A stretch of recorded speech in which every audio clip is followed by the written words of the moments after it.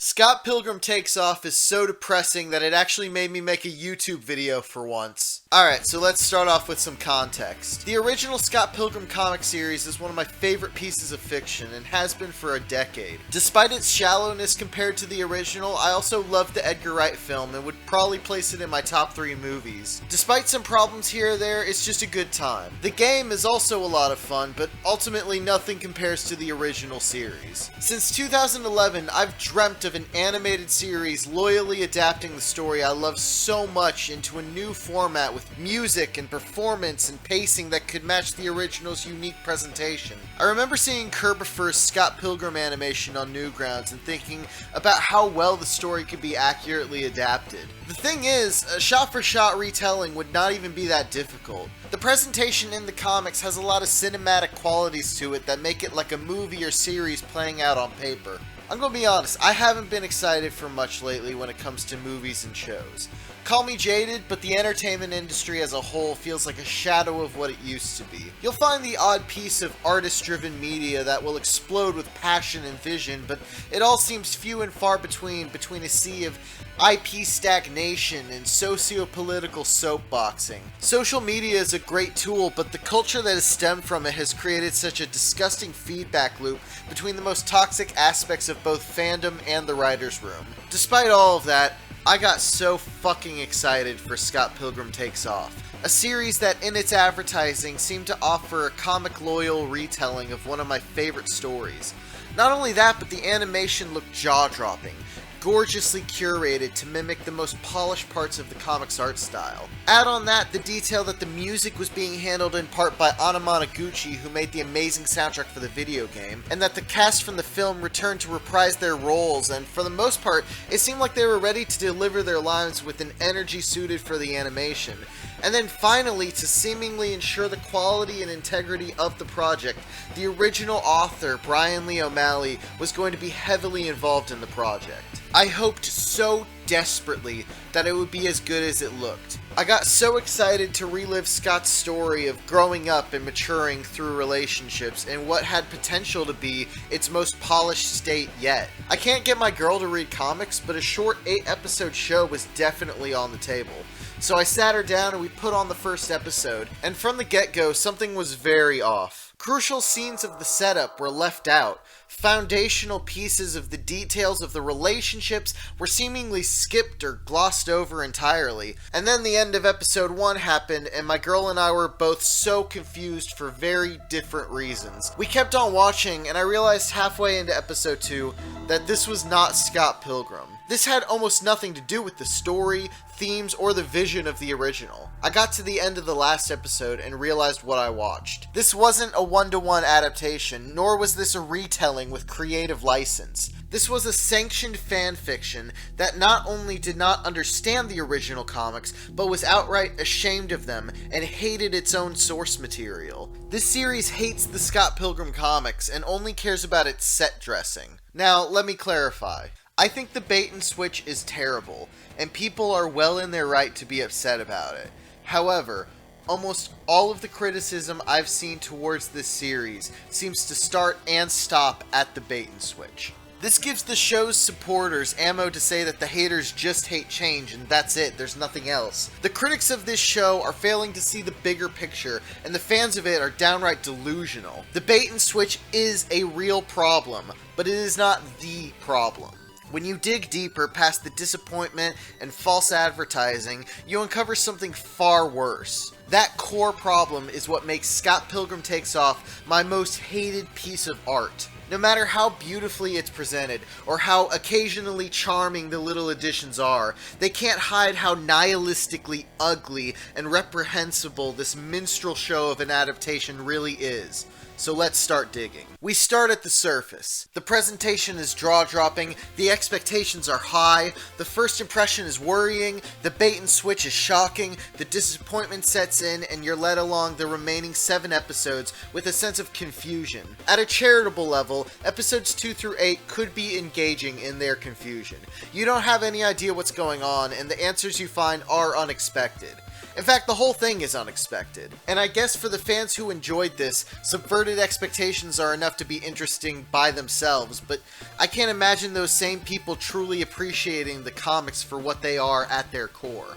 The fans of the series confuse me to no end because at its core, the series doesn't really appeal to nearly anyone. For people who have never seen anything from the franchise, you can stop right there because this series is completely inaccessible and incomprehensible to anyone who's unfamiliar with the source material or at least the movie. It does zero legwork in establishing anything. Instead, choosing to take a toy box full of pieces that you know from other mediums and then playing around with them with no context for outside viewers. Or to put it more simply, it's a fan fiction or a what-if retelling that subverts things beyond its own presentation. It subverts the story without telling the story to begin with. Imagine if the MCU What If series was your first introduction to Marvel. It would be completely useless nonsense. So if this series is completely incomprehensible to non-fans, is it at least better for people who are fans? There are numerous reasons why Scott Pilgrim Takes Off is bad for fans. However, I'll try to narrow it down to some of the most important reasons. First, let's start out with a smaller issue, though, that's not quite as reprehensible. And that's that, as an alternate universe what-if storyline, it makes no sense at all and is incompatible with the universe it takes place in.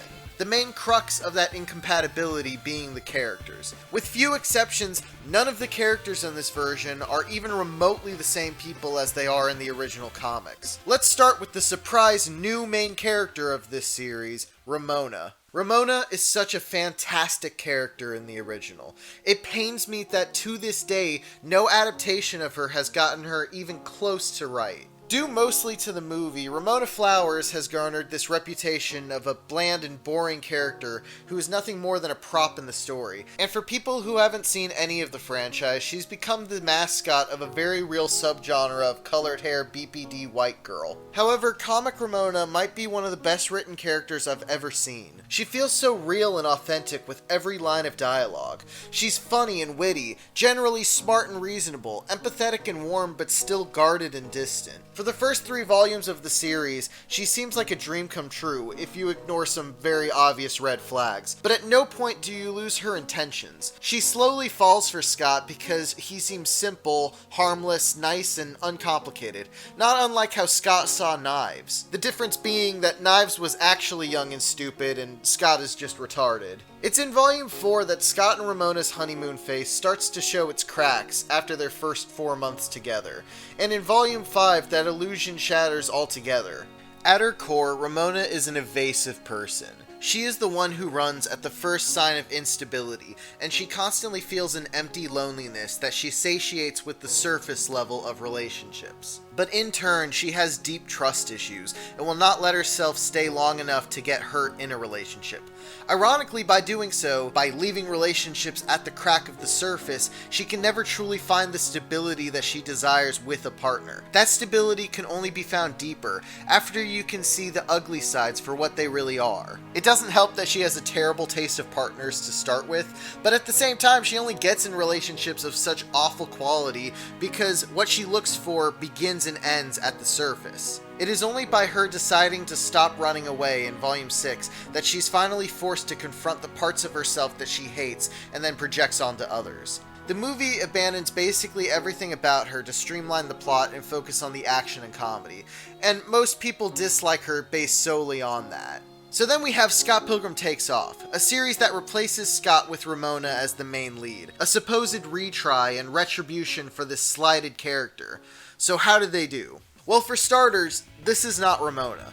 This is not even close. They took a character whose core struggle is that she runs away and can't commit.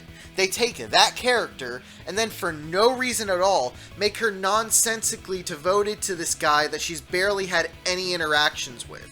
In this what-if version of the story, she saw Scott act like a schizo twice, went on a date with him, and then watched him spaz out and then die. In the comics, she only accepted a relationship with Scott because it was easy and it seemed like it wouldn't be risky, like a dumb, loyal dog who's too stupid to do anything malicious. So what sense would it make that she would devote all of her time and energy into obsessively trying to find Scott, this person that she does not know and has not spent much time with? She's not running away at all. She's actively running into some of the most uncomfortable things she possibly could for no reason at all. She's just inexplicably loyal to the end for a Scott she's known for less than 2 days. She then goes on a painfully forced redemption tour with all of her evil exes, one right after the other. In the original, she refuses to even see Lucas Lee, but in this, she confronts Gideon without any issue or hesitation. The psychological hold he had on her just doesn't exist. On a technical level, what is this what-if story even a spin on? If there's no Glow, it can't be the comics, and there's no microchip, so it can't be the movie. Is this a what-if spin on a story and world that we didn't even fucking see? And on a character and themes level, her entire character and arc is just gone. Her personality is replaced with a determined straight man who makes goofy, memeable faces and just really heckin' cares about everyone's feelings. And her arc is completely non-existent either. The resolution to her story is her future self telling her that she's a girl boss. The only redemption she goes through is apologizing for not being a lesbian. This series is so dead set on crucifying Scott for being this awful, terrible person, and then makes Ramona this spotless paragon who is out to fix all of her past mistakes and be cool and wholesome and mature. They sucked the humanity out of this detailed and authentic character for no reason. They scrubbed away her flaws and made her a tool. She's a bore, and if you like this version of the character, then fuck you. If anything, the character in this version who it would have made sense to go on this journey to find Scott would have been Knives. In this what-if scenario, Scott never even broke up with her. He quote-unquote got killed by Matthew Patel when she was at her most delusionally devoted. Knives was obsessed with Scott to an unhealthy degree, and yet after the funeral, Knives basically just gets over Scott immediately and then proceeds to spend the rest of the show acting like she's gone through this character arc. Except there's no arc to go through. Instead, she's just changed with no motivating factor. Not only that, but her character is written in that meaningless fanfiction way where the writers make the character do things with no eye for themes, arcs, or integration. Knives is just a musical prodigy now because I like Knives, and this gets a wholesome upvote from me. Now Knives is just the best musician ever, and Sex Babam is such amazeballs because of her heckin' talent. Fuck you. Knives was a fantastic, lovable, and truly human character in the comics. Her arc was fantastic as you saw her grow up and mature in real time, while never truly letting that wake-up call to reality crush her loving and positive heart. If this works as a substitute for the real version, then what the fuck do you even like about this character? There's nothing here except some really weak gags that do nothing of any substance. On the topic of people who should care more about Scott, why does Kim do nothing in this whole series past episode 3? In the comics, Kim would joke about wanting Scott to die and definitely had some unresolved resentment towards him, but it's clear if you pay any kind of attention that she does truly love and care about Scott despite his constant fuck-ups. She arguably cares more about Scott than anyone else in the entire series. She is a deeply feeling person with strong attachments. Meanwhile, in this version, she only helps Ramona briefly because whatever, I guess. Once again, what made her human and arguably one of the best characters is all gone. It's flanderization that's so bad that even fanfiction writers wouldn't do it, because assumedly they like the character. You can apply that sentiment to pretty much any character, actually. Speaking of which, hey, do you know who else gives a shit about Scott in the original? Wallace. Wallace seems to be everyone's favorite in this series, and to be fair, he and young Neil are probably the only two characters with any funny moments in the series. But a few decent gags is not enough for me to forgive how much this character was also downgraded. Wallace is an asshole, but past that, no one else takes care of Scott like Wallace does. Wallace is always looking out for this retarded little fuckboy, and goes way out of his way at every opportunity to help Scott have a fighting chance. Wallace is the voice of reason. He's a hard-working, mature party animal who, despite all of his chaos, really does have it together and pulls Scott's deadweight ass up all the time. And he does it all because he really does care about Scott. Between Kim and Wallace, it looks like they just took the surface level of how they shit on Scott and get pissed off at him, and then they just take that surface and leave it without any of the character underneath. This Wallace is completely apathetic to Scott's death and could really give a shit less about helping him. They kept Wallace's goofiness and some of the set dressing of his personality, but the human side of his character is definitely left behind. So that's merciful compared to what they did to Envy. Now, to be fair on this one, the movie eviscerated Envy's character first. In the original, Envy Adams is not a villain.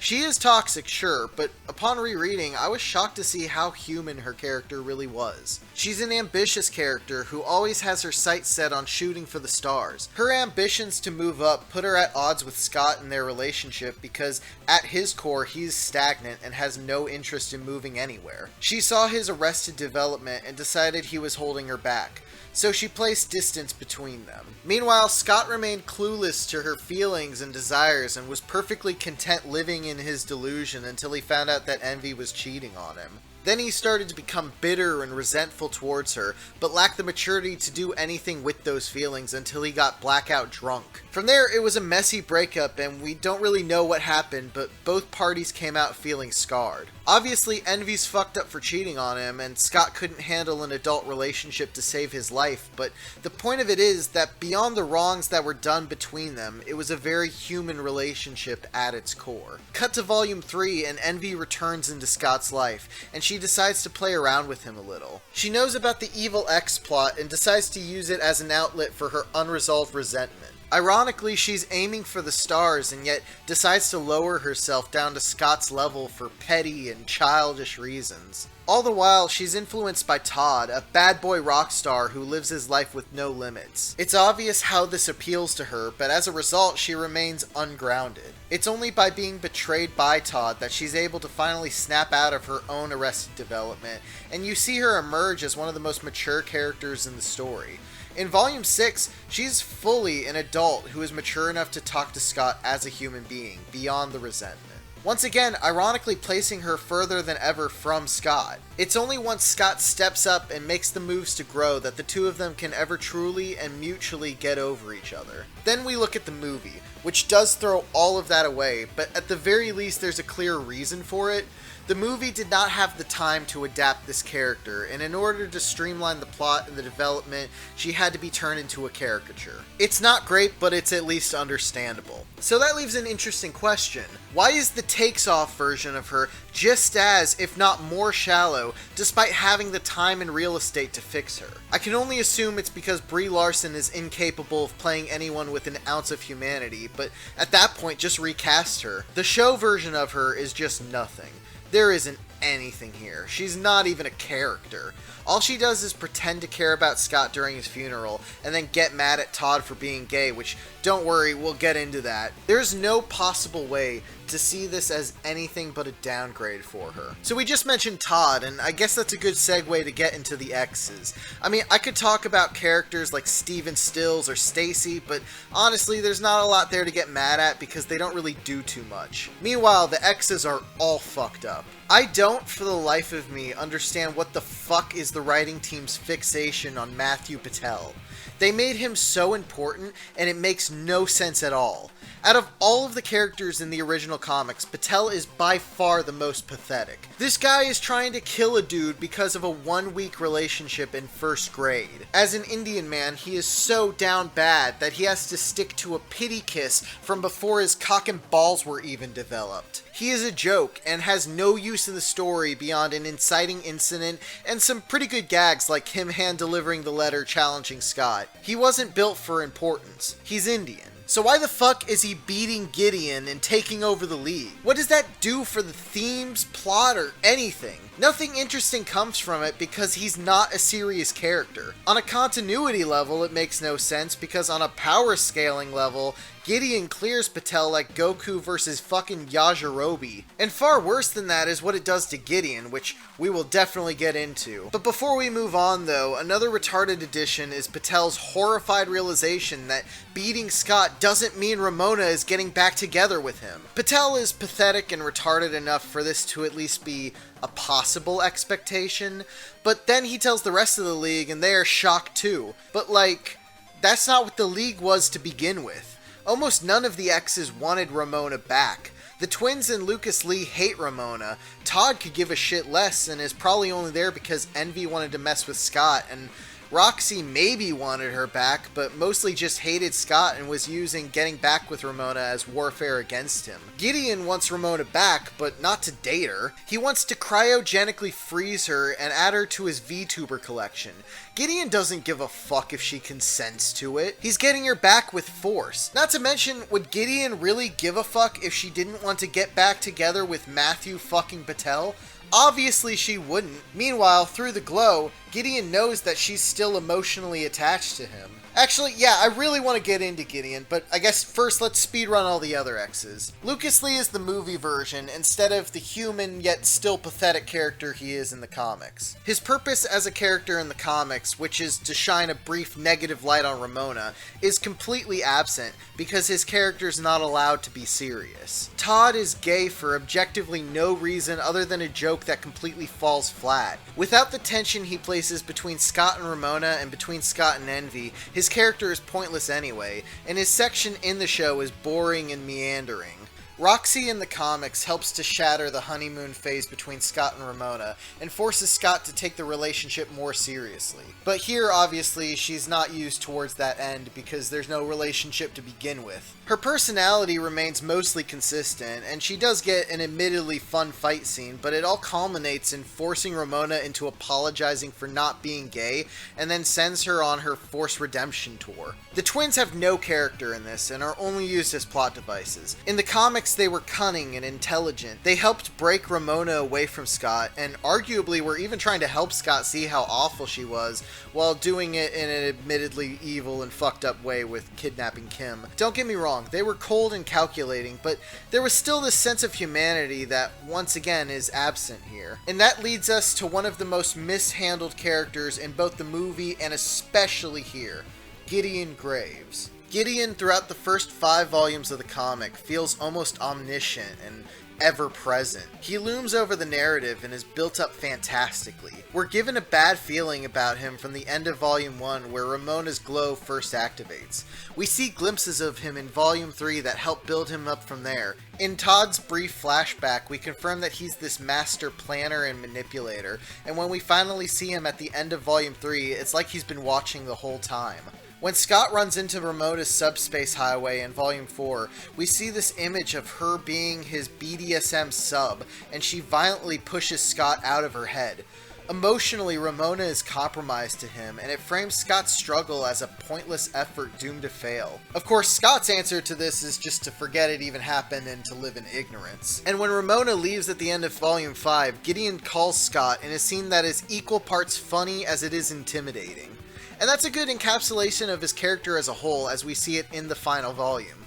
Gideon is both a funny character with solid gags and an intimidating presence that means actual tangible danger for the characters. He's manipulative, but you can also see how he's charismatic and attractive to Ramona. He's a genius, but he's also like clinically mental. Like, what the fuck was his problem? The reveal that the League was a drunken Craigslist post was legitimately funny, and the fact that Gideon himself was shocked that he even got responses is such a good moment. But on the other hand, when he kills Scott and nearly kills Ramona, it's shocking and intense. Gideon is, at the surface, a brilliant and seductive force of nature, and below that surface, I mean, he's still all of those things, but also he's shown to be pathetic. But not in the harmless way Takes Off portrays him as. In Scott Pilgrim Takes Off, he's not the same character in any stretch of interpretation. On a continuity level, the idea that the League is this ultra-organized organization is counter to the reveal in Volume 6, and there are a lot of other errors as well. Like the absence of the glow, the absence of his cryogenic prison plans, and the absence of his contract work and emotional warfare. But once again, the real issue is not in the technicalities, but in the character himself. We've stated that it makes no sense that Matthew Patel would be more powerful than Gideon in a power scaling sense, but beyond that, it throws away Gideon's entire function of a character. Without his role in Scott and Ramona's life, without the power and manipulation, there's nothing else there. Characters are not people. You place them into stories for tangible reasons. Gideon is a character who is important not only to the plot, but through his position in the plot, he's important to the themes of the whole fucking story. When Scott and Ramona finally take him down, it means something. When Patel takes Gideon down and takes off, it's for nothing more than subversion without substance. And after this defeat, Gideon is completely emasculated as a character. He's a pathetic man-child who's only an evil genius in a cheap gag kind of way. His backstory does nothing to add depth to his character. His relationship with Julie is odd and forced to hell and back, on top of making no sense in the canon, like, okay, Julie just knows Gideon, oh. His anime binging subplot is as pointless as it is boring. His friendship with Lucas Lee has to be the most forced r/wholesome shit I've ever seen. Like, yo, we're bros now, we're just bros doing bro shit. Radical, dude. And then Gideon's quote-unquote arc leads up to straight up nothing, like, haha, I'm just a scheming rascal, I guess. I mentioned it earlier, but one of the most insulting moments in the whole show is when Ramona just confronts Gideon with no issue. And then they're just immediately over each other for literally no fucking conceivable reason. This version of Gideon is bland, useless, and pathetic for no discernible purpose. In the comics, Gideon is dangerously pathetic, like a school shooter. He's psychotically vindictive, but then we also see that much like Scott, Gideon deludes himself. But that's kind of the point, isn't it? Gideon is what Scott could have become if he doesn't change. Well, maybe not all the way. I mean, Scott is way too retarded to be a Gideon, but the destructive and volatile attitude is more of the point. In fact, you could say all of the exes are in ways reflections of Scott. In fact, so are Scott's exes. Scott has hurt and been hurt like most if not all of the characters in this have. The Scott Pilgrim comics portray a rough, honest, and human depiction of romantic and non-romantic relationships between young adults. Everything is included in the story for a purpose. You strip away all the humanity and make them far less developed and mature, and then the whole framework is just fucked beyond repair. These characters and their dynamics are included to help tell Scott's story. And that takes us to the elephant in the room.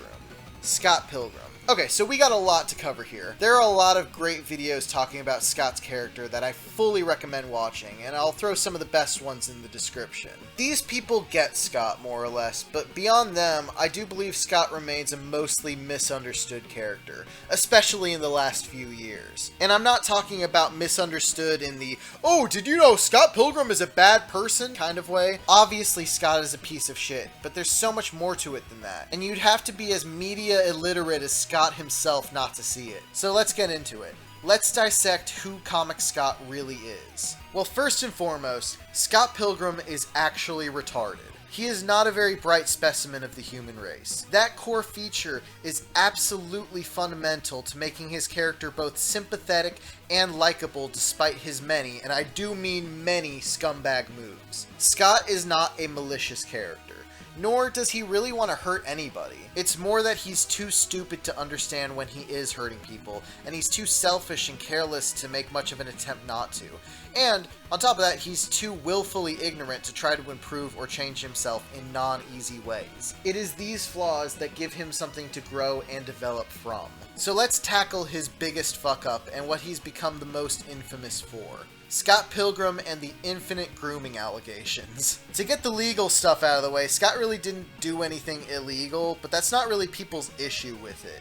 Obviously, there's an ethical line he crossed. And not to play Polanski's advocate here too much, but I do feel like there is some very important context here that makes Scott's actions with knives forgivable in the narrative. Not in a way that is beyond chastising him for, but in a way that is not beyond redemption, if that makes sense. So let's ask this. Why did Scott get together with Knives in the first place?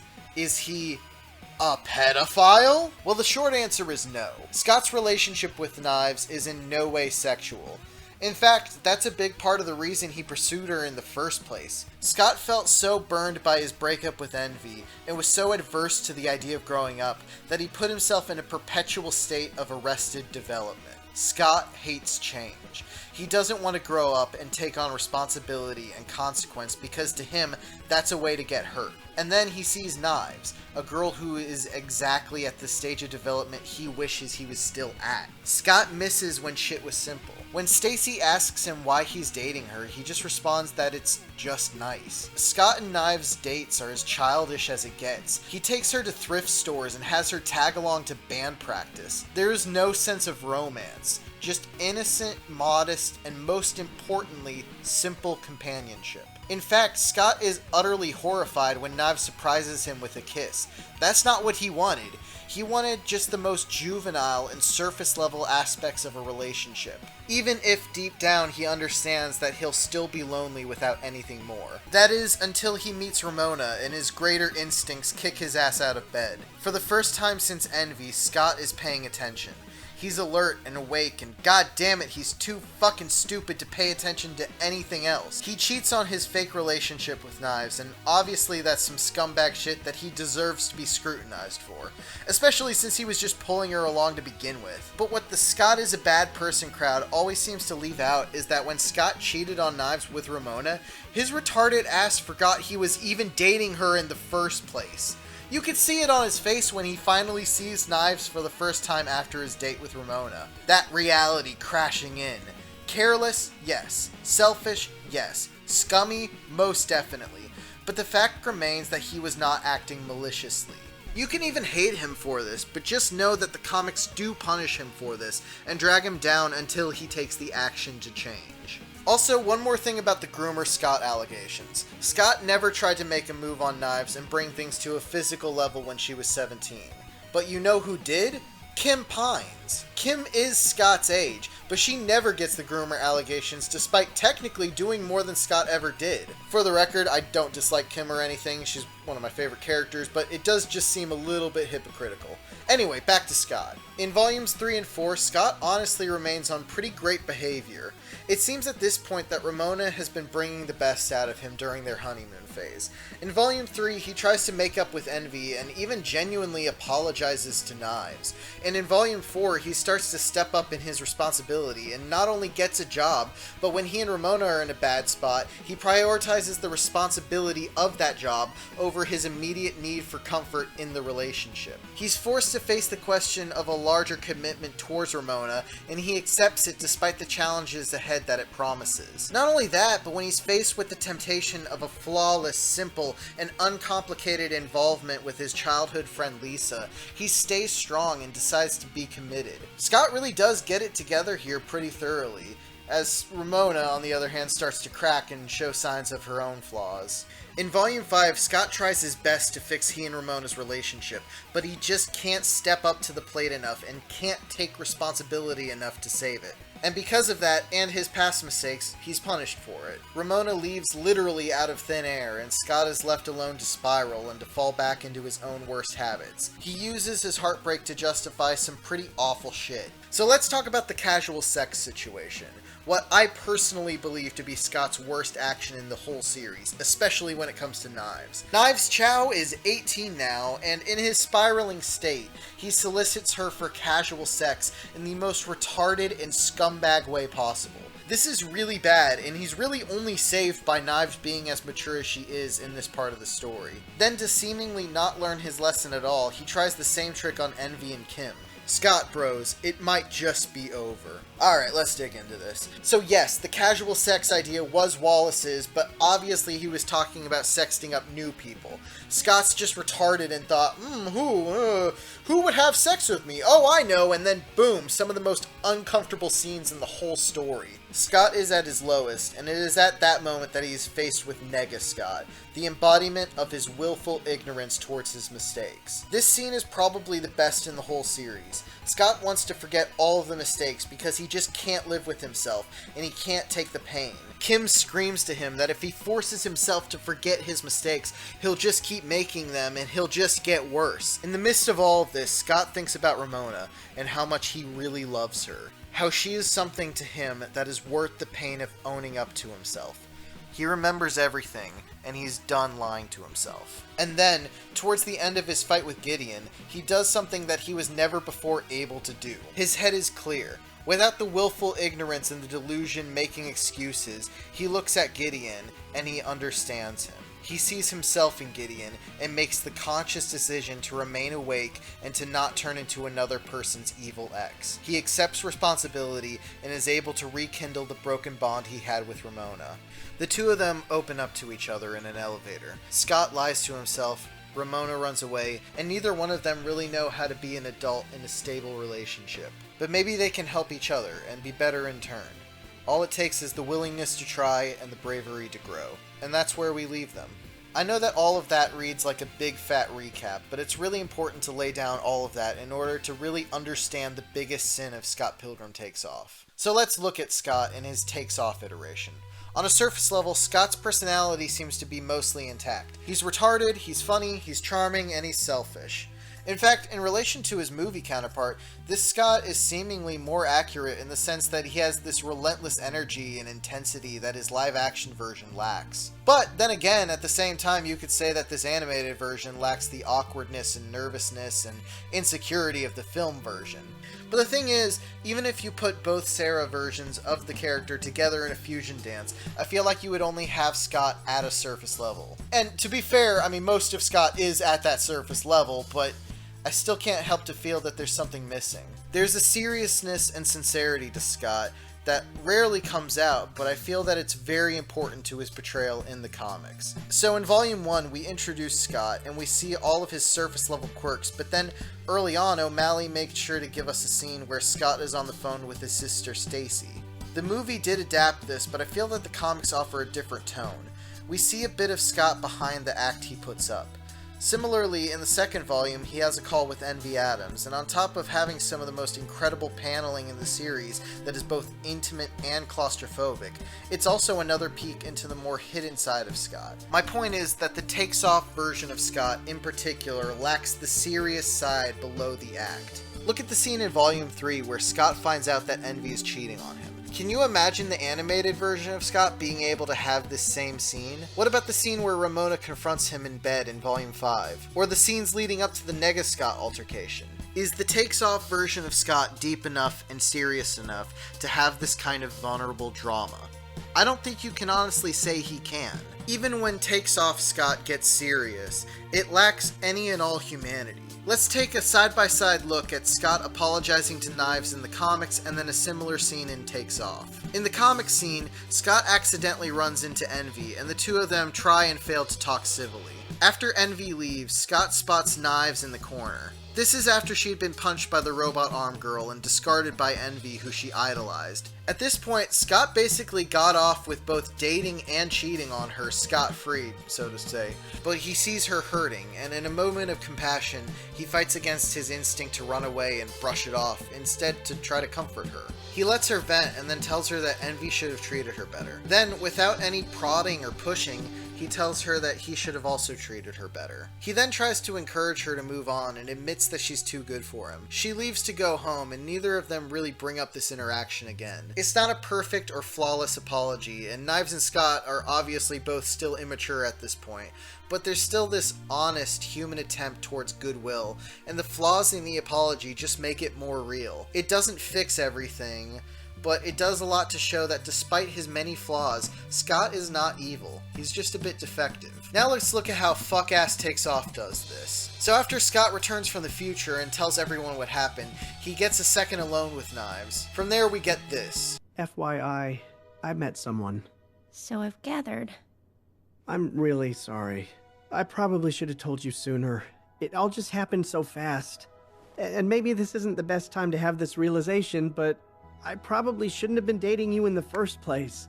Apparently a 23-year-old dating a high schooler is frowned upon by society. Scott, I'm glad you're alive. But I'm also glad you died. It gave me a lot of space to reflect and grow. So, thanks! What a useless piece of shit scene that conveys no emotion. How forced, how ungodly unnatural. So first off, this scene really makes no sense because at this point neither Scott nor Knives have gone through any kind of development or even really any pain. Knives went straight from the funeral to immediately getting over Scott and becoming a wholesome all-star musician. Scott gets pulled from the fight and gets told a future he's unaware of doesn't work out, and he decides he doesn't care and goes back. Neither go through any type of tribulation. Neither have anything to learn. Oh, I met someone. Oh, I don't care because I got over you off screen. Was the writer's room on fentanyl? It was nice to have some space to get over you. Is that why you don't get a single scene by yourself in the whole fucking series? Not only that, but even compared to the movie, Scott is let off so easy. He cheated on her and they don't even acknowledge it. At least the film had the balls to have Scott look at Knives in the eyes and tell her that he cheated on her. He just gets away with it here. For a series that wants to make 110% clear that Scott is a bad person, that seems like a very odd detail to leave out. That is until you notice something. What was it that Scott said apropos of nothing? Apparently a 23-year-old dating a high schooler is frowned upon by society. And there it is. The whole reason that this show was made. In world, Scott had no motivation to say this. There is no lesson learned, and even if he did, he words it so crystal clear with no ambiguity, especially after brushing off cheating on her. This is not for Knives in universe. This is for the audience, and only the audience. And that takes us to the point of all of this video. The reason I hate Scott Pilgrim Takes Off so much. The core that will take us to the root problem that makes this leper of a series decay before us. Let's talk about the big plot twist of the story and the real world implications of it. So Scott is brought into the future by a future version of himself. Future Scott is trying to use time travel to make the events of the original series not happen. His reason for this is that in the future, he and Ramona get married and then get a divorce, so he wants to make Scott not pursue her to begin with. As a fan of the comics, how insulting is it that after all of Scott's development and growth by the end of the series, he's now not only at square one, but even worse. Why is he still living with Wallace? He's still a fucking leech, and he's still trying to forget the past. Now I know how Star Wars fans felt with Luke in The Last Jedi. It just pretends that the development didn't happen. It's either saying that this is not based on the original, and Scott didn't develop, or that Scott's development wasn't good enough. And if it's not good enough, then how the fuck is this improving it? Present day Scott doesn't learn anything, and neither does future Scott. The resolution is that present and future Ramona fuse into a deity somehow, and she's flawless and just needs to do her own thing. And future Scott just needs to think about what he did. And boom, just like that, Scott and Ramona are ready to be together, despite the fact that they didn't go through any of their trials with each other, they didn't develop, and they don't have any of the perspective that they need to make it work. The only problem that they faced was a technology plot device from future Scott.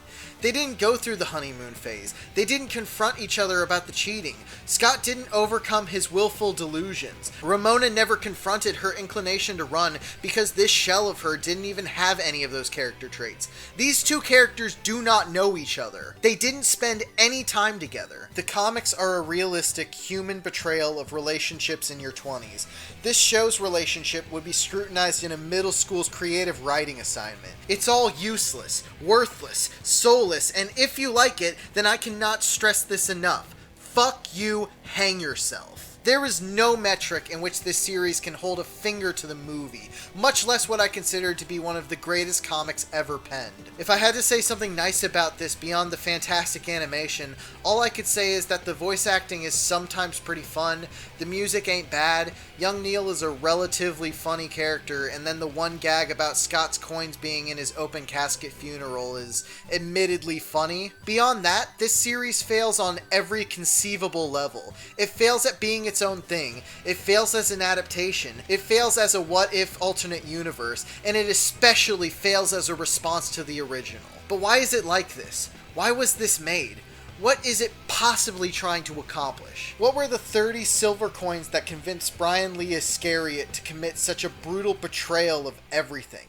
Why does he hate Scott Pilgrim? Well, to answer that, we have to look at what this really is in relation to the rest of the franchise. Scott Pilgrim is a cult classic. In the last 4 years, it has gained a sort of infamy for Scott dating a 17-year-old. Internet culture warriors flock onto this series that they otherwise do not understand, and then they pick into it with groomer memes and enlightened big brain takes on how Scott Pilgrim is such a bad person and how the men who like him are all toxic. There is no nuance, there is no media literacy. In fact, they didn't even read it. They half-watched the movie back in the early 2010s once. The Scott Pilgrim comics never even had a chance. Scott Pilgrim Takes Off is a series that is not an adaptation or even a response to the original comics. It's not even a response to just the movie. You could say, oh Tim, a huge chunk of your video is showing how this show and the comics are not the same, but what if the show takes place in the world of the movie? I mean, the movie's cast is way less developed and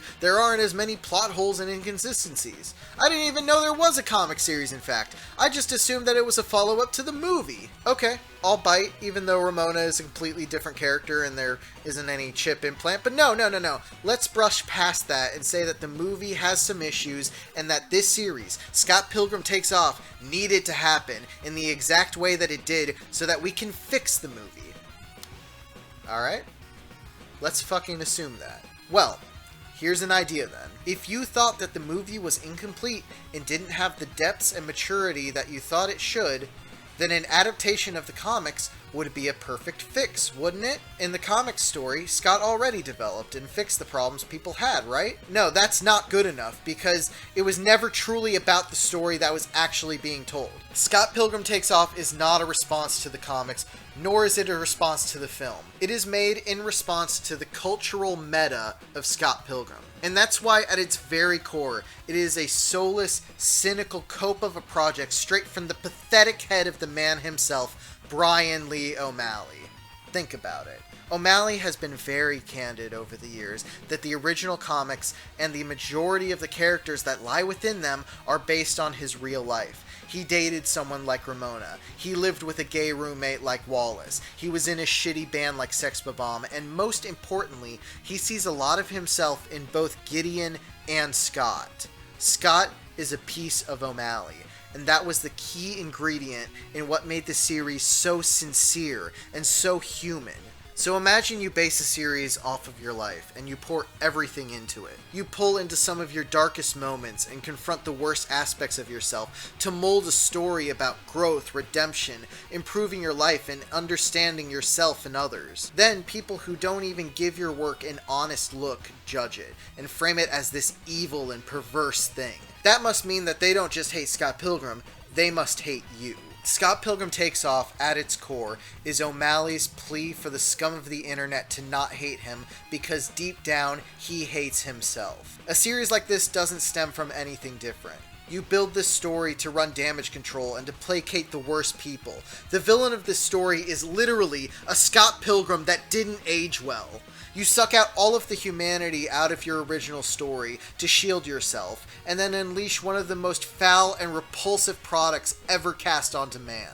You paint it in a pretty sheen, you direct as much attention as possible away from your vulnerable self-insert character. You play defense to the politics of the day, and then lean into some of the meta slop that's corrupted modern entertainment to the point of no return. It can't be human. It can't be real. Because then it's flawed, and ugly, and a piece of shit, and you're just a coward.